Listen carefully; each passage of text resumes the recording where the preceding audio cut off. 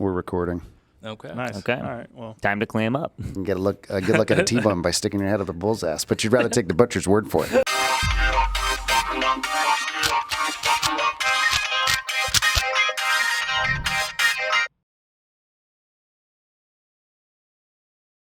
I am Andre Harakas, your 30th best moderator, and I am joined by Sean Hise, Jacob Wise, and Brandon Corbin. Hi, I'm Jacob Wise, one of the co-founders at Crafted. Been doing some sort of startup for a long time in my life, and a general technologist, and I work with Sean. My name's Sean. I am co-founder with Jacob at Crafted. Andre is one of our clients. He's the man. We've been working on All In for a long time.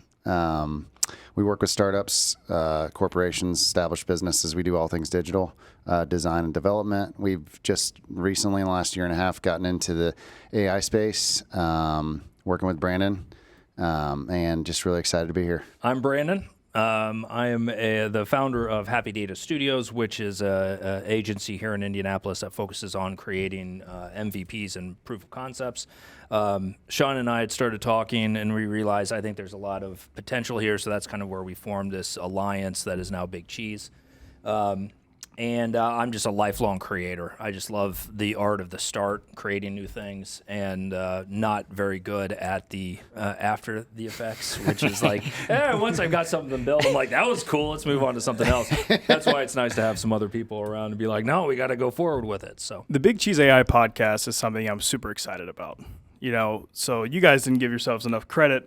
Jacob Wise and Sean Hise. Again, I've been working with these guys for the past almost 2 years now, and it's been an absolutely phenomenal experience, both, you know, on the professional level and on the personal level. They helped me take my startup from being, you know, a 100-user platform to now we've at least registered over 12,000 users, and so we're working on some activation things. But seriously, these guys are brilliant. I recently came into contact with Brandon through this Big Cheese initiative, and from all intents and purposes, one of the smartest AI minds in the Midwest. So the Big Cheese AI podcast, we dive deep into AI. We dive deep into the foundations and as it evolves. And today we're going to be talking about the privacy in the new LLM world. So the first question I have is, how has the advent of LLMs impacted the privacy of user data? Brandon. well, people don't really care about privacy. Like, if we're just being honest, like the majority of people aren't really thinking about data privacy. You're not thinking about what you're posting up on Facebook. You know, you're not thinking about what you're posting out just in general. My previous life was spent building an application called Nomi that let you track all the good and bad things in your life. And so that was my first foray into realizing that people don't care about privacy. And that's when I realized, oh my God, like the world needs a SIN tracker, first of all, but it's got to be completely private, because I mean, I saw affairs, I saw drug use, I saw like every bad thing you could think of. I now had access to that in my database. It was the most valuable data that I've ever seen, and it was horrifying at the same time. But no one really cared. I knew, I knew bad things about people that were using my app. And so then all of a sudden LLMs come out, and now I can go to ChatGPT and I can ask it about, hey, what's this bump on my neck look like? Or what is, you know, and all of a sudden now people are just feeling like, oh, I can go and have a chat conversation with this because it's completely private. It's not, right? Like the data that you're putting in to ChatGPT, to Claude, to Bard, all of that information can and potentially will be used for training of their models. Now, you know, that's probably going to change eventually. I think the government's going to come out and say you can't do that, and they're going to have to make some adjustments. But it's absolutely horrifying, the amount of data that people are putting in. The greatest example was Samsung, where Samsung's people were like, oh, hey, we could use this to potentially optimize our chips. And so go put in a bunch of data of your chips into ChatGPT and ask it questions and kind of interact with it. And then they realized that later on they could go and ask about their chips and actually get answers about the chips. So they were training, and this was earlier on in OpenAI, so I'm not sure if they're still doing it. But that's what ultimately spurred Samsung to say, okay, nobody can use ChatGPT. As a user, I have no ability to go to ChatGPT, right, and say, hey, I don't want that information in there, right? That's a big part of the GDPR, is to have the right to be forgotten.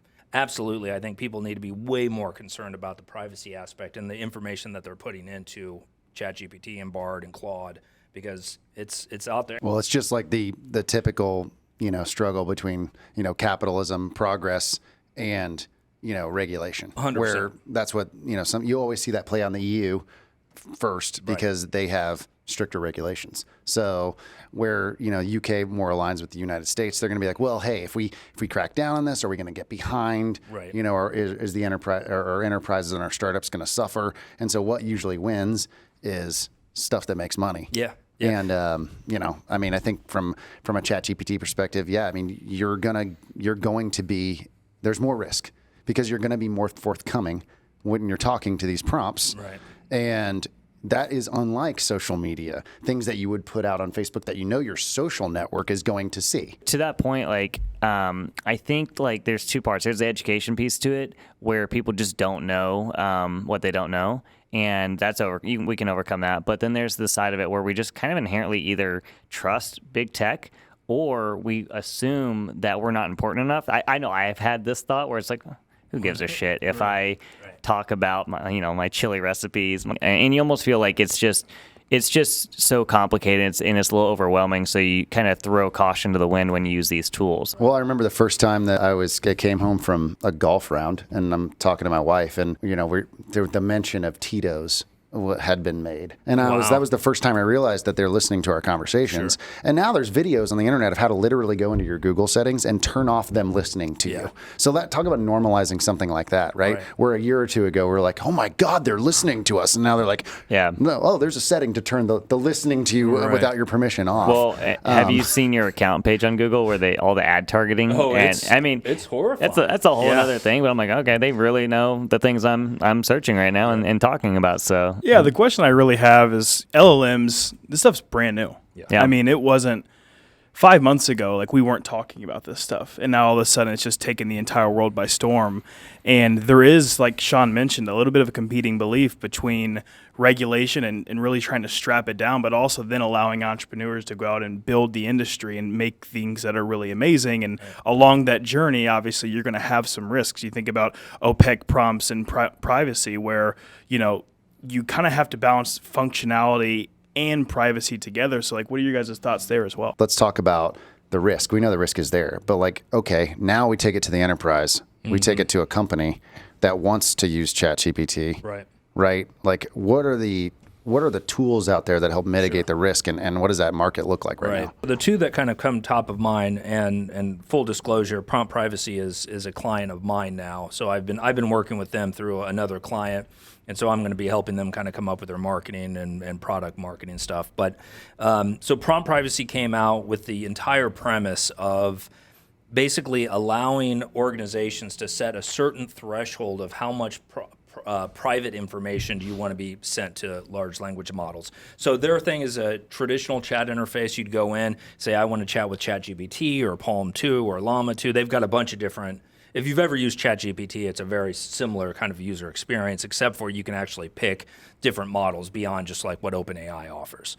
And you can say, hey, if anything in this prompt is considered PII or private information according to our organization, I don't want it to ever go to ChatGPT. I only want it to go Palm 2, which is running in their own private, internet isolated hardware environment.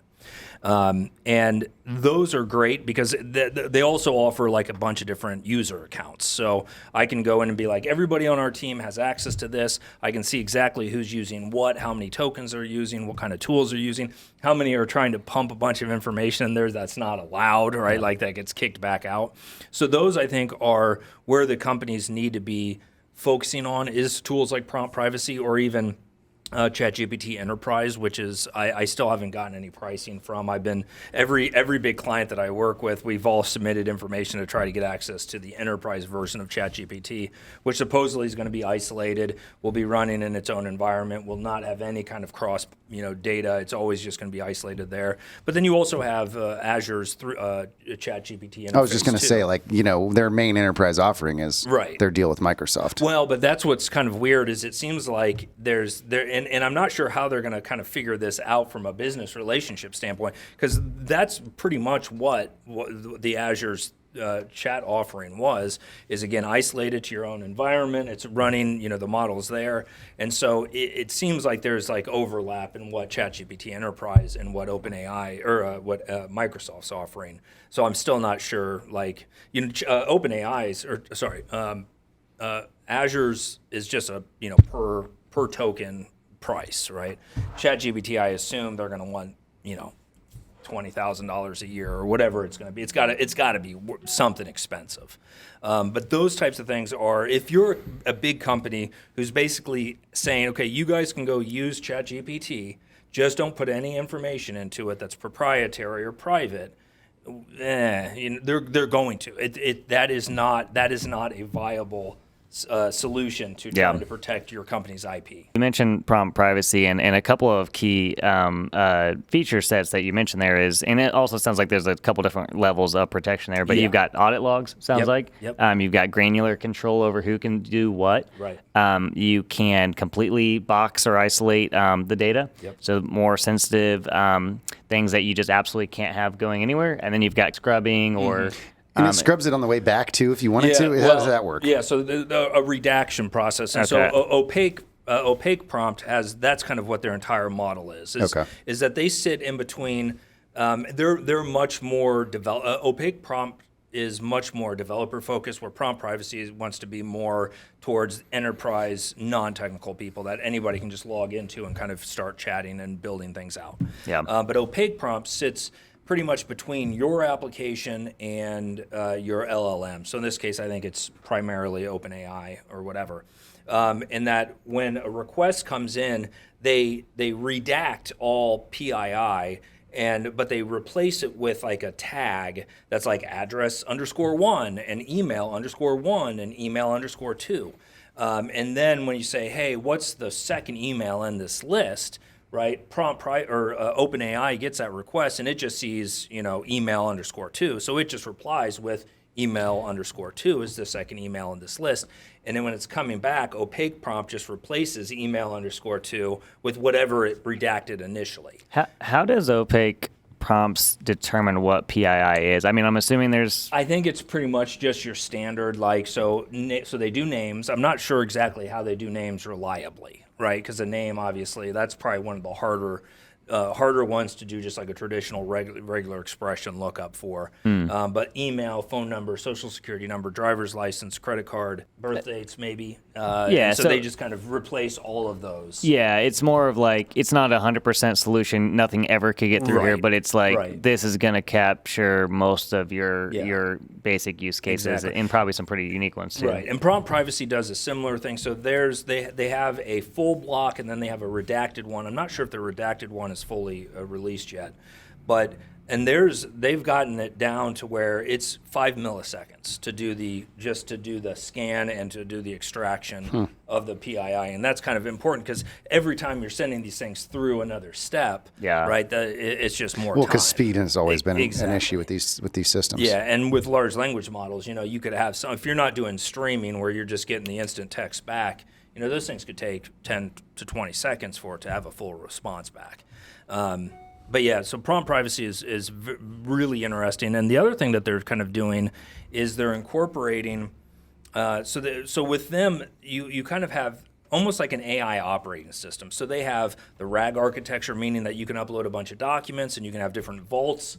And like you could have access to all of our technical documentation, you could have access to all the marketing information, and you could just chat with those and without having to know anything about what RAG is or vector databases or anything like that. You're just uploading your documentation, and then you're just picking it, hey, I want to have a chat, and here's the vault I want to chat with, and now I have this full conversation about our data. So that's another thing that's really kind of fascinating about what they're doing.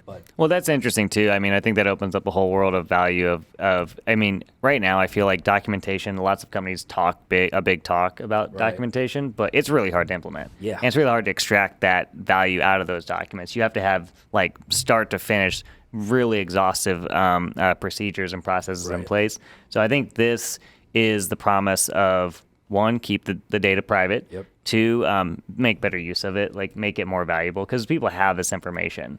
And I think that's what I'm most excited about these kinds of offerings is just exposing more data and to the people that need it and not the people who don't.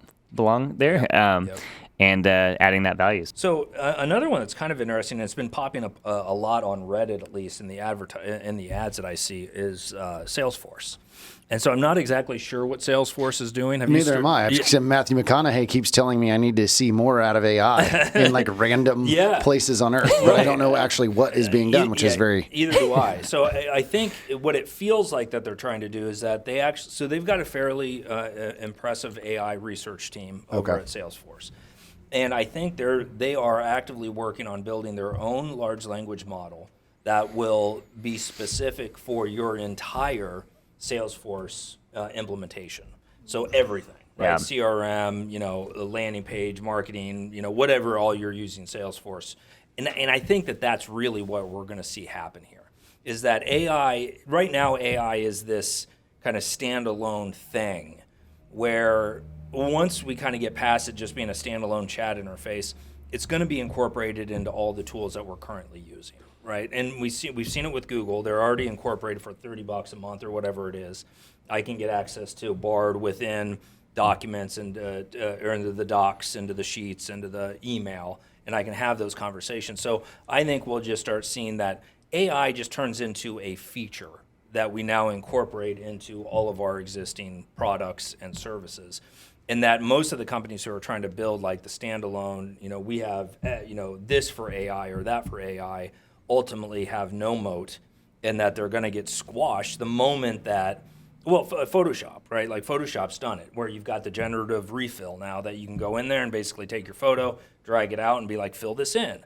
Illustrator now has the ability to put in, hey, I want a donkey jumping over the moon, and now it's going to be a vector, which is the craziest one, because there hasn't been any good vector image generators yet. They've all just been, they generate a PNG or a JPEG or whatever, but they're actually generating vector images now within Illustrator. We're going to see it in everything. We'll see it in Microsoft's obviously going to add it to all their stuff.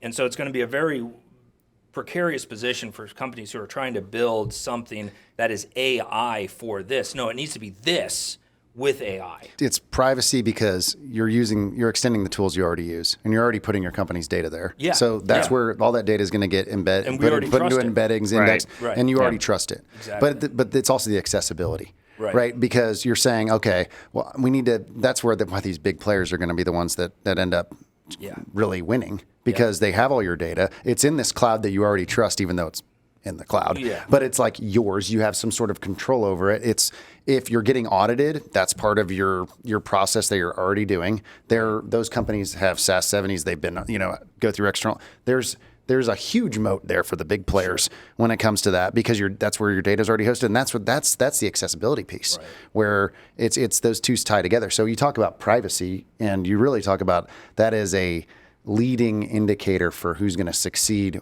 in AI in the enterprise. Right. Just talked about yesterday or the other day about the immense amount of cost to process these transactions, and we'll talk about this later about token economics, but it's not easy to make money, reselling very expensive transactions. 1,000 tokens for 6 cents. Yeah, the more we talk about it, the more it makes sense, because they've already got these people's credit cards, right? They've already have a revenue stream from them. They've got their data. They've got the cash to fund this operation, to buy those customers and provide the value, and they're already, at some level, they've got their trust, right? Their data's already there, so privacy should kind of come and follow that. So, and it's not to say that there's not going to be companies who music generation, right? Like right now, there's not really, and that's not entirely true, because you have like Adobe. Adobe's got some music production, right? Or you have Audacity, or you have GarageBand, or you have those things. The music generation piece will just be incorporated directly into those products. And so that's really where I see an opportunity, at least for like Big Cheese and kind of what we're trying to do here, is we want to help those companies actually incorporate this functionality into their products. And we can do that, right, from an enterprise standpoint. And you can do it in ways that are private and not just being like a generic wrapper around ChatGPT. That's happening in more places than one. I don't know if you guys saw over the weekend the huge Vercel drama. No. So Vercel is a company that is huge right now. They've raised a bunch of money, but they're basically the platform that developers are using to build and deploy their applications, and they've become super, super popular. They're like the go-to solution. Well, one of the things that they have in their user license in license agreement is any app that you deploy on their platform can be taken down by them at any time for any reason. And so what they've done in certain instances is that certain people high up at the company have decided that they really like a certain app, and they'll basically release a version of that app on their own and basically hijack that application. So there's basically this ongoing conversation where you build these developer friendly platforms, because that's one of OpenAI's, this is probably a conversation for a different day, but you're building a developer friendly environment, but then you're putting in, you read the fine print, because what you put in there may not be yours. Right. Well, think about like what Facebook, right? When Facebook rolled out their app platform, and everybody just goes and starts building entire businesses on the Facebook app platform, and then all of a sudden Facebook's like, either, no, we're just turning that thing off, right? And everybody's like, bah, just sitting there holding their bags.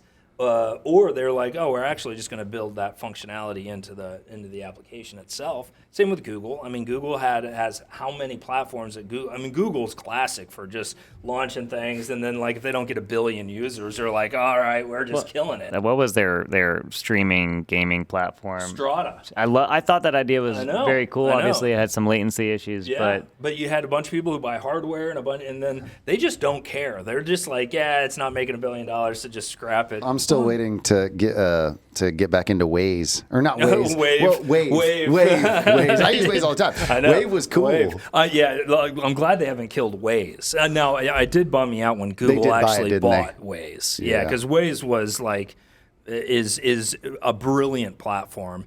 But then Google buys it, and it was just like, and then all of a sudden you launch your app, and now it wants access to your location all the time, even if you're not using the app, kind of thing. Today, in my memories on Facebook, was me going and being like, well, I guess I'm getting rid of Waze because they're now asking for, I think that was like 4 or 5 years ago or whatever.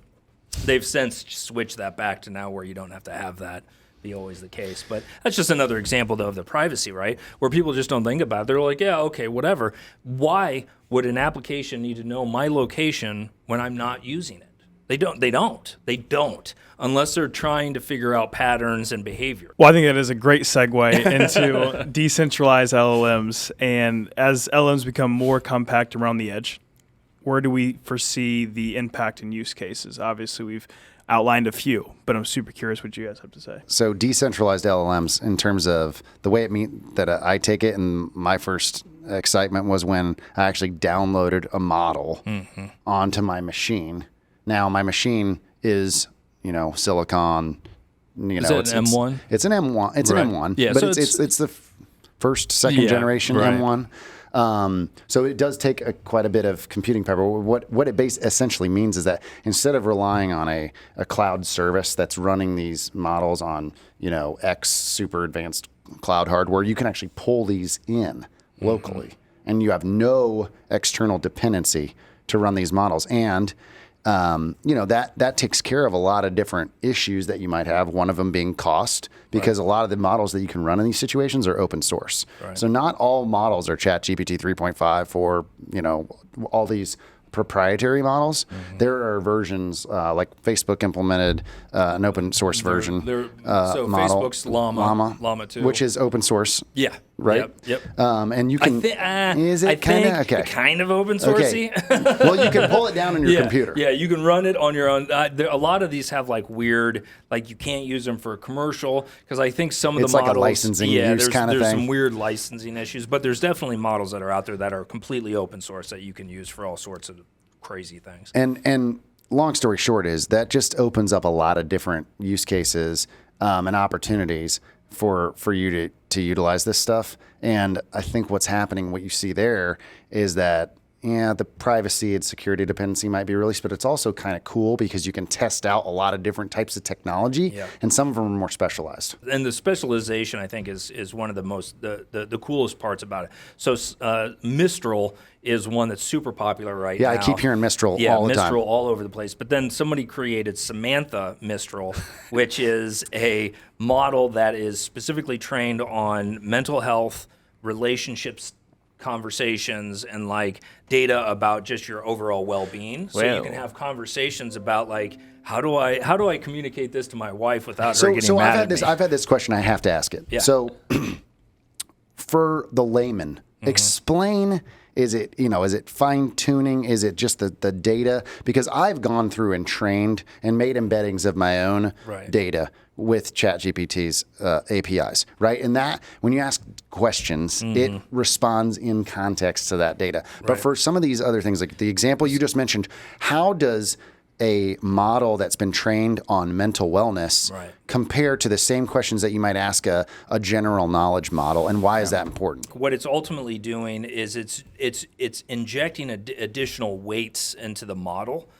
So like if all of a sudden now is Samantha, basically is the question, is Samantha Mistral as good of answering questions that are not necessarily tied to relationships and behavioral stuff as just the standard Mistral? I would assume probably not, because I think the weights end up getting shifted towards that specific direction that the model is being fine-tuned on. So it would probably lose some context of some of the other things that it was potentially trained on. So I understand that part, but what about the flip side? So like if you create this model that Samantha that is around the mental wellness and things, will that answer be better than the general model? Yes. And so why is that? Well, specifically if you're talking about the things that it was fine-tuned on. Yeah. Right. So you can use fine-tuning to basically add additional knowledge to these large language models that's kind of getting left and the behind. other thing about specialization is size. Yeah. Right. So if you have a model that's trained on a specific activity, like, there's a lot of models out there that are really good at writing Python code. Right. Well, you might be able to run that locally because it doesn't need to know,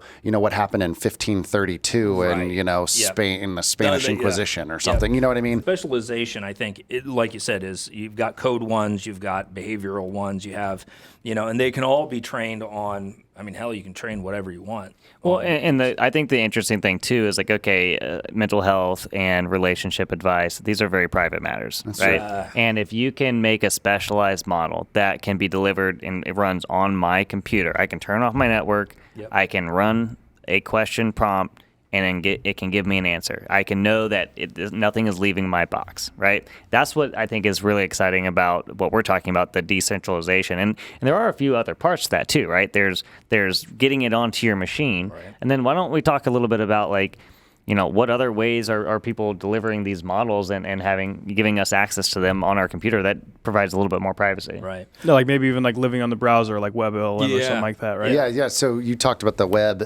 LLM piece. What was that all about? It was like literally running the whole thing? Yeah, it's pretty much, so there's a thing with web GPU, which I think it's probably, if you're running Chrome, you might have it in Chrome now, or it might be like an experiment flag that you have to enable. That basically it's allowing the browsers to be able to access the native GPU power on your computer. And so people have been taking these models, making them so they can run purely in your browser. And the one that I played with, now keep in mind, again, when you run some of these, your browser might have to download like a gig, right, to have that model running in the browser itself. So you need to have like a modern computer. You're not going to be running this on like some Dell that's like 10 years old with, a half a gig of RAM. So you need to have a good machine. But there's Transformer JS, which is a model that's out there that you can you pull in through a CDN. You can even just do it through NPM. And you basically, like, here's the model that I need. And then when it runs, it does asynchronously. We'll go and download the whole model and then execute your function. So I used the classifier for doing a comparison against some other classifiers. And the classifier was great. It was 80 meg. So you did have a little hitch of like when the thing first loads up and it needs to download it. But people are moving some of these large language models into this as well. But those, you haven't seen, like, it's not good. Right now, it's just not good. It's kind of gibberish, and sometimes it puts out stuff that you're just like, I have no idea what this is. But it's absolutely getting us to that point where you will hypothetically just be able to run this purely in your browser. And as more and more people start figuring out how to compress these models, because right now they're all just super fat, right? Like a good a 7 billion parameter model is probably going to be about 3 gig. A 13 billion parameter model is going to be about 7 gig. And then the 70 billion parameters are, like 30 or something like that, 30 gig. But people are figuring out different techniques to basically compress these models to where they're a lot smaller without losing. Like you can crunch this thing down to 20% of its size without losing 80% of its functionality. You might lose like 20% of its functionality using quantization. I think I'm pronouncing it right. Where you basically are taking the weights and you're converting the weights to be less precise, but there's still a number, and so it can still do some of its math. But the two that are kind of like leading the way right now are Ollama, so that's OLLAMA.ai, and you can go and you can Windows isn't available yet, but Linux and Mac is, and that's basically runs. And the only interface that you have for it is through your terminal. CL, yeah. Right, CLF. and so you basically say, hey, run, or Ollama run Llama 2. And if you don't have it downloaded, it's going to download it. Then it just takes you into a chat interface, and then you can just be. But these are really simple delivery mechanisms, and you're seeing a community around it. Anytime I see a community around something, you know they're onto something. Right. Right. I'm on their Discord. I'm on Ollama's Discord the other day, and I'm like, there are people talk about all kinds of different models, requirements. People are going bananas for this stuff, and you scratch the surface, and you're like, all right, what are they doing? And so long story short is there's a use case for building these delivery mechanisms to get these things on your computer. Yeah. Right. Yeah. To get these things in your hands, and not to just say, okay, the only thing that's going to exist in this space is a ChatGPT 3.5, 4.0, DALL-E. Like you're going to see a huge ecosystem of these models, and then the delivery networks associated with them. So there's more and more apps that are coming out that are like open source chat interfaces that are similar to OpenAI that you just run on your local machine. So you have Libra Chat is one that's really impressive. So that guy, whoever's the maintainer of that, he's put a lot of work into it. But you can then basically add your ChatGPT API. But I think it supports Palm too, but you need to have that. It supports Claude, but you need to have an Anthropic key, which I don't know if anybody's got any right now. But you'll eventually see, no question, those things should just be adding Ollama as another option. Yeah. Libra Chat doesn't have it yet, but they absolutely have to be working on it. And if they're listening to this and they're not, be working on it. Because that is like the perfect, in my world, that's like the perfect scenario, right? You've got a great interface for interacting with your chats. You got access to plugins. You got access to this. But then your LLM is not just a cloud provider, but it's running all locally. Is this a desktop app you're talking about? It's a React. It's a web-based app. Okay, so now they might have one for Electron. I'm not sure. Yeah, but it's just running in your browser. That was going to be my question. Was I got a Ollama the other day, and of course I'm very comfortable on the command line. Right. But it doesn't seem like that far of a leap to throw that into that into a little Electron app or some other desktop Well, app. it ships with a REST API on your local machine. Exactly. So That's the key. As you literally can just, as long as we can hit localhost port 1473. Yeah, everybody knows how to do that. Right. Yeah. Well, from an app, Everybody. so, like thinking about what I would like to do with the Big Cheese app too is, so right now it obviously is using ChatGPT for almost everything, but why not just be able to say, just hit your own REST API locally. If you've got Ollama, just click here, and then we'll try to make the hit. The only question I have is I ran into Chrome. I was running an app at a normal domain that it didn't want to actually allow me to hit localhost because it's insecure. And so it didn't like that kind of cross domain security issue. Of course. The other one too is GPT for all, and that was the first one that I played around with, and that is an application that you just download, and it's got its own GUI, and then it's got like a bunch of different models that you can just go and download, and so it's a very similar kind of thing, but it's got its own desktop application that you can run, and that is available for Windows, Linux, and Mac as well.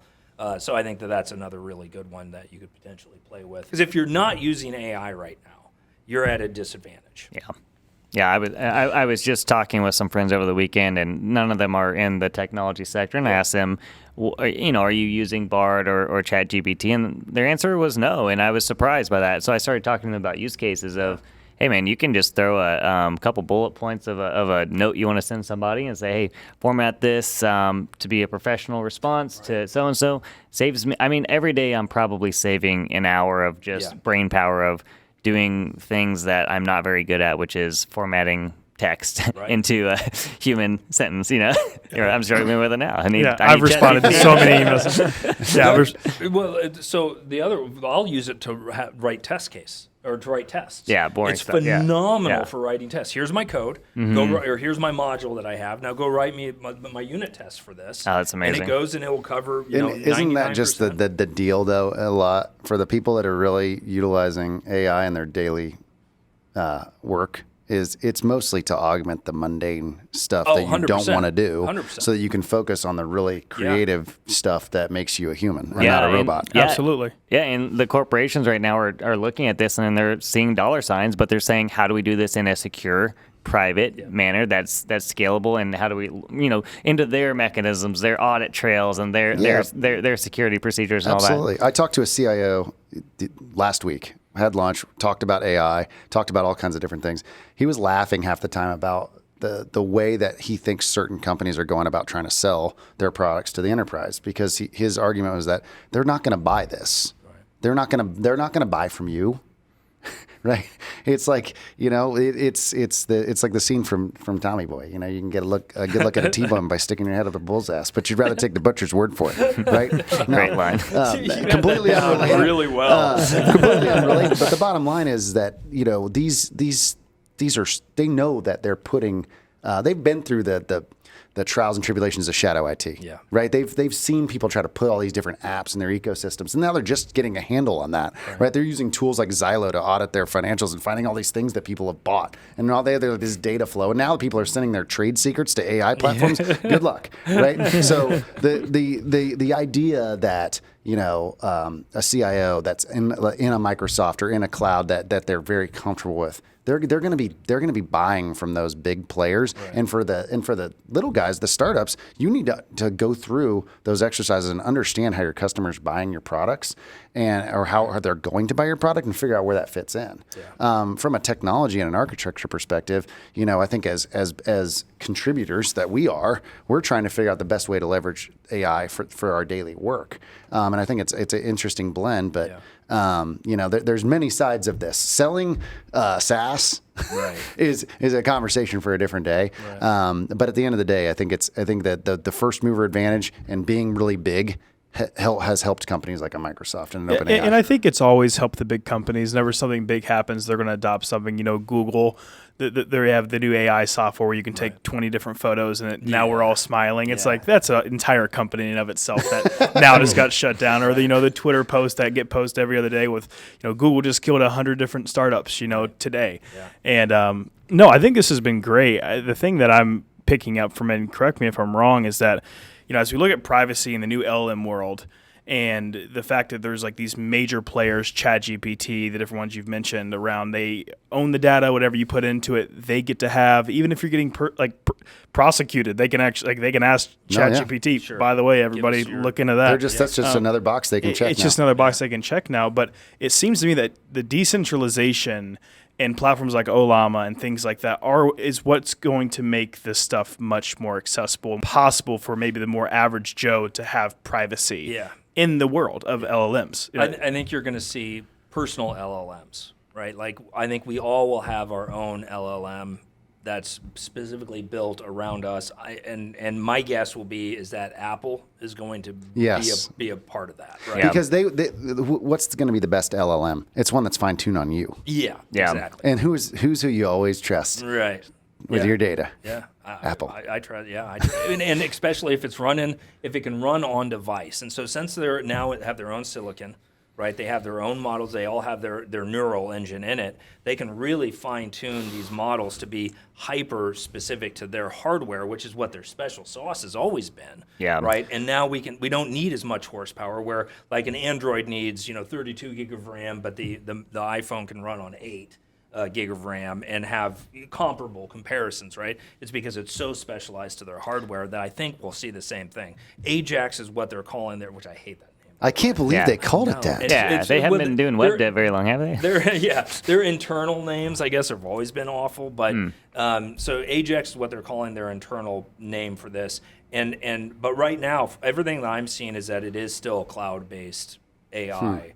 But when the release of the new Apple Watch, they started to incorporate certain things that are happening on device only. So Siri, I can actually ask it questions about health, and it never leaves device. And so they do have some sort of AI tiny Well, thing and they've going been on doing in there. AI. You can call anything AI. Like changing Yeah. stuff to someone's face, is that AI or is that really good software? I don't Right. know. But like you can go to your phone right now. Anytime I ever want to show someone the last fish I caught, just go to photos and search fish. Is that AI?